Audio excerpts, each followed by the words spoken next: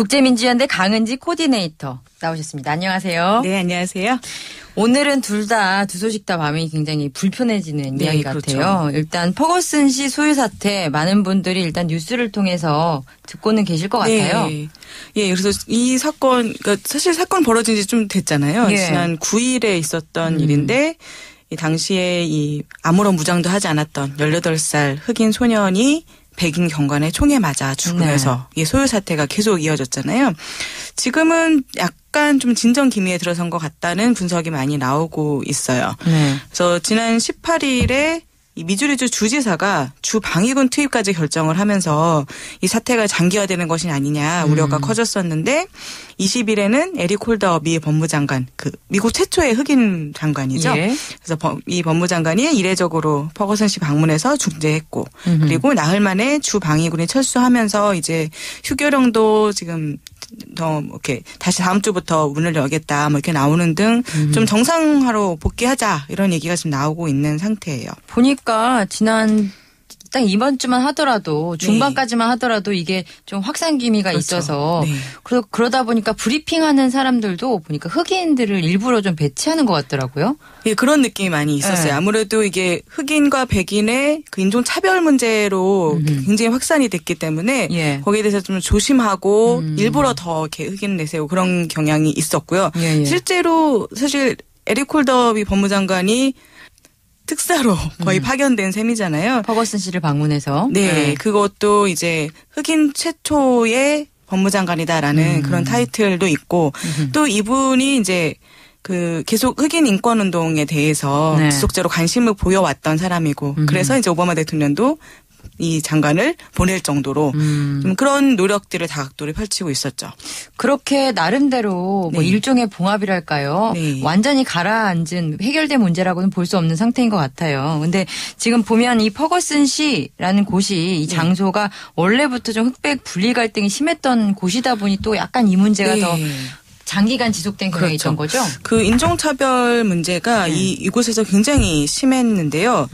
그 무엇보다도 여기가 이제 백인 경찰이 흑인 청소년들을 아무 이유 없이 불신 검문을 하는 일이 워낙 많이 발생했던 곳이라고 합니다.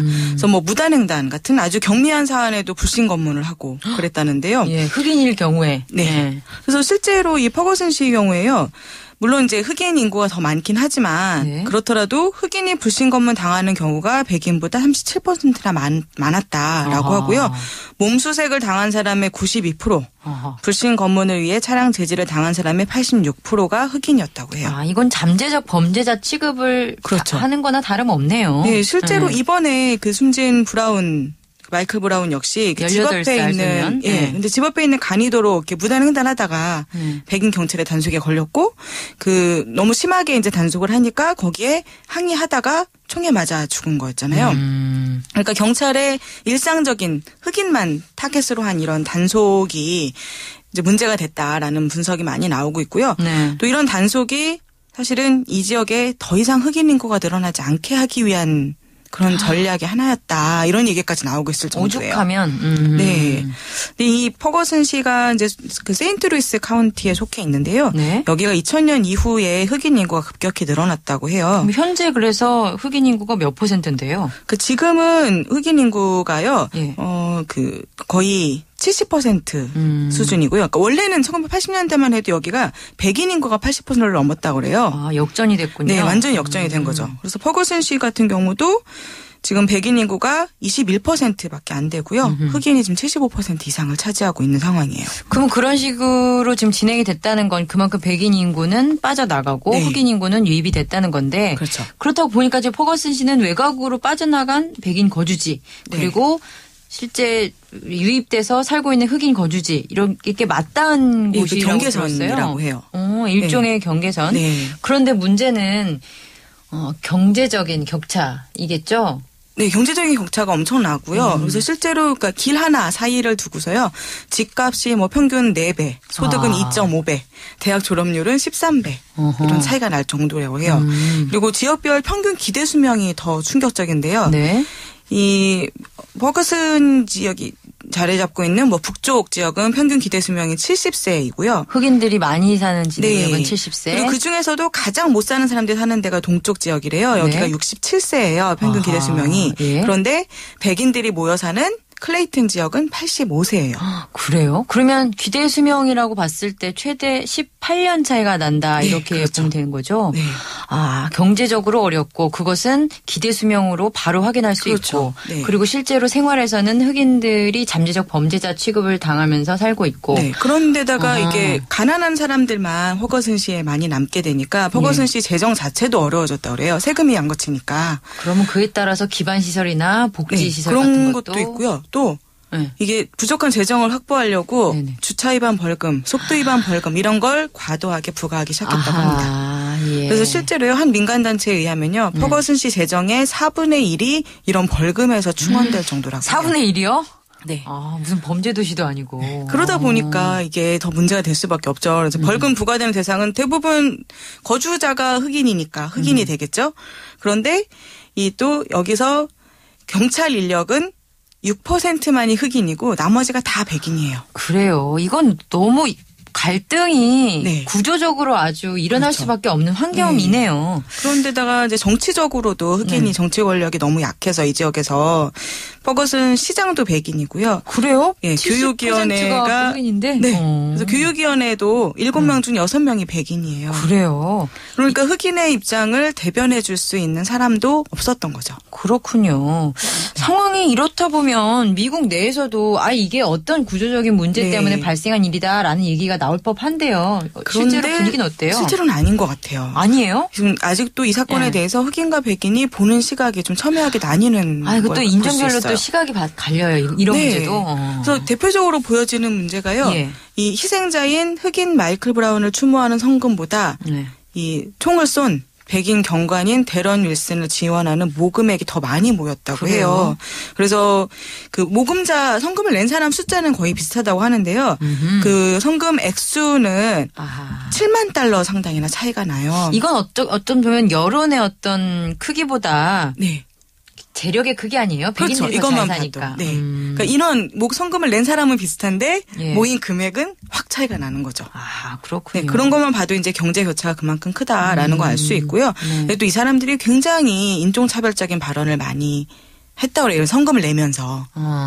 그런 것만 봐도 그렇고. 또 이 미국 전역에서요. 이 밀슨 경관을 응원하는 사람들이 경찰과 유대를 강조한다라는 뜻으로 저녁마다 집 현관에 파란색 등을 밝히기도 하고 이런 식으로 지금 총을 그러니까 무장도 안 한 그 소년한테 6발이나 총을 쏜 경관에 대해서 지지하는 목소리가 나오고 있는 거예요. 그러다 보니까 이 흑인들의 목소리, 그러니까 경찰이 비무장한 아이를 죽였는데도 처벌받지도 않고 유급 휴가 중이고 그러면 우리는 도대체 아이들한테 세상의 정의에 대해서 뭐라고 얘기하느냐라는 이런 흑인의 목소리와 너무 차이가 나는 거죠. 그러면 지금 아까 초반에 말씀해 주시기로는 그래도 어떤 폭력적인 어떤 소요 사태는 진정 국면이다라고 말씀을 해 주셨는데 지금 얘기 여기까지 들어보면 그야말로 봉합이네요. 언제 뜯어줄지 모르겠는데요. 당장 지금 월요일 25일에 이 브라운의 장례식이 예정돼 있거든요. 그래요? 그리고 또 이 백인 경관을 기소할 것인지 말 것인지를 결정하는 대배심 여부도 이제 판결이 나올 거예요.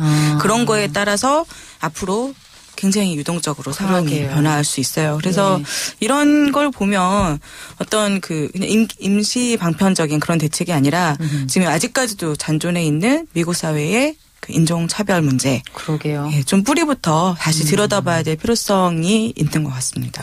그러게나 말입니다. 특히나 경제적인 문제 그리고 오피니언 리더들, 의사결정자들이 백인에 집중되어 있다는 문제까지 좀 다뤄야 될 게 한두 개가 아닌 것 같네요. 자, 그 다음에 또 역시 충격적인 사건인데요. 지난 19일이죠. 그 이슬람 수니파 반군 이슬람 국가, 그러니까 IS라는 줄임말을 쓰던데 그 세력이 미국 기자 제임스 폴리를 참수하는 동영상을 공개를 했어요. 그래서 미국 사회에 충격이 빠졌고. 근데 이 프리랜서 사진 기자죠. 보스턴에 소재한 글로벌 포스트의 기사를 제공해온 프리랜서 사진 기자인데요. 2012년에 시리아를 취재하던 중에 IS에 납치가 되었다고 그래요. 그래서 2년 가까이 억류되어 있다가 이제 19일 날 참수 동영상이 공개된 겁니다. 그런데다가 이 IS는요, 또 이 폴리와 함께 억류된 또 다른 미국인 기자도 곧 살해하겠다라고 위협을 하고 있고요. 지금 현재 IS의 미국인 기자가 한 3명 정도 아직 억류되어 있는 것으로 추정이 되고 있다고 해요. 참 이게 당연히 미국과 국제사회는 강경한 대응책을 얘기를 하고 있는데 그렇다고 뭐 구출 작전을 할 수 있는 것도 아니고 그런 상황은 또 아닌 거고 그러다 보니까 결국은 이 IS를 어떻게 뿌리뽑을 것이냐라는 쪽으로 초점이 맞춰지고 있는 것 같아요. 네. 그래서 미국 같은 경우도 지금 이라크에 있는 이 IS 반군 주둔지에 대해서 공중폭격 계속하고 있고요. 또 지금 아직까지는 제한적 공습 방침에 전면적인 변화가 나오진 않고 있는데 이게 바뀔 가능성이 계속 점쳐지고 있습니다. 오바마 대통령의 경우에는 전면적인 그런 전쟁 돌입이라는 그렇죠. 걸 굉장히 좀 부담을 많이 느껴하잖아요. 네. 그래서 뭐 지상군 투입이라든가 이런 부분도 좀 이렇게 좀 아무래도 부담을 있죠. 느끼고 있고 거기에다가 이제 이게 전선이 시리아까지 가는 것도 부담을 느끼고 있는 상황이긴 한데 지금 이 참수 동영상이 공개가 되면서 여론이 바뀌고 있는 것 같아요. 그래서 실제로 지금 벤 로즈 백악관 국가안보회의 부보좌관이 22일 날 밝힌 거에 따르면 뭐 할 수 있는 모든 조치 다 할 것이고 국경에 제한을 받지 않을 것이다 이렇게 얘기를 했어요. 그래서 그런 걸 보면 시리아도 공습할 수 있다라는 가능성이 나타나고 있는 것 같고요. 뭐 합참 의장도 마찬가지로 배제하지 않는다라는 입장을 보이고 있습니다.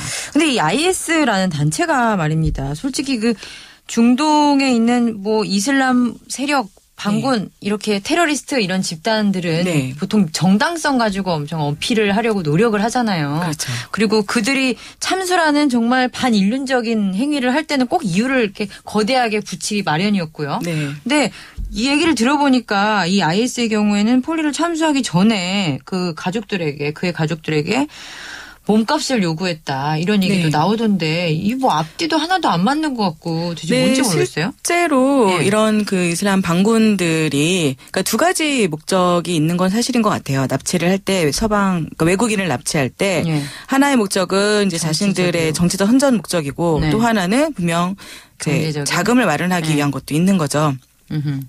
그래서 이번에도 두 가지를 요구한 거예요. 몸값 요구했고 그다음에 아니면 다른 수감자, 이슬람 반군으로 해서 수감된 사람들의 석방을 요구를 했어요. 그래서 두 가지. 그러니까 하나는 정치적인 거, 하나는 금전적인 거. 두 가지를 요구를 한 거죠. 요구를 하는군요. 네. 그런데 일단 미국은 기본적으로 원칙이 미국하고 영국은 테러 단체의 자국민이 인질로 붙잡힐 경우 몸값을 주지 않는다라는 원칙을 지키고 있어요. 테러리스트와는 협상하지 않는다. 그 얘기를 되게 자주 하잖아요. 그렇죠. 대변인 같은. 네. 일단 미국에서는 이 애국법이라는 법이 있잖아요. 그 법 자체가 테러 단체에 대해 금품을 포함한 어떤 종류의 지원도 금지하고 있는데요. 어떤 종류의 지원도 금지한다라는 거에 이제 몸값도 포함이 되는 거거든요. 그래서 그렇게 해석을 했을 때에 결국은 테러리스트한테는 양보하지 않는다. 이런 것 때문에 이제 몸값 요구가 있었음에도 불구하고 이제 하지 않았다라는 건데. 근데 워낙 이제 좀 상황이 참수 동영상까지 나오고 하니까 미국 내에서조차도 몸값을 주고라도 나머지 잡혀 있는 사람들은 빼와야 되는 게 맞지 않냐. 이런 지적도 있고요.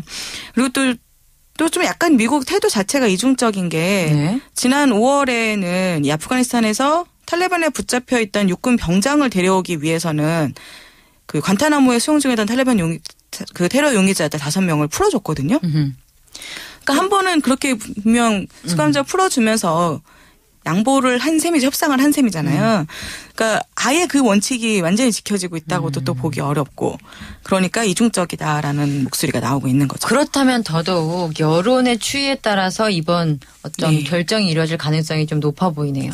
네. 그래서 굉장히 지금 고민이 많을 것 같습니다. 알겠습니다. 여기까지 이 문제는 또 어떻게 해결되는지 좀 계속 봐야 될 것 같은 게 우리에게도 굉장히 아픈 과거가 있잖아요. 네, 또 지금 이 IS의 전신이 김선일 씨가 참수된 그 단체가 바로 그 전신이다라는 얘기까지 나오고 있어서 네, 우리 한국의 입장에서도 굉장히 지금 주목해서 지켜보고 있는 상황인데요. 파병도 우리나라도 굉장히 많이 하고 있기 때문에 언제 이런 일이 또 발생할지도 모르는 거고 항상 이렇게 좀 워치를 해야 될 것 같습니다. 네, 그렇습니다. 알겠습니다. 감사히 잘 들었습니다. 네, 감사합니다.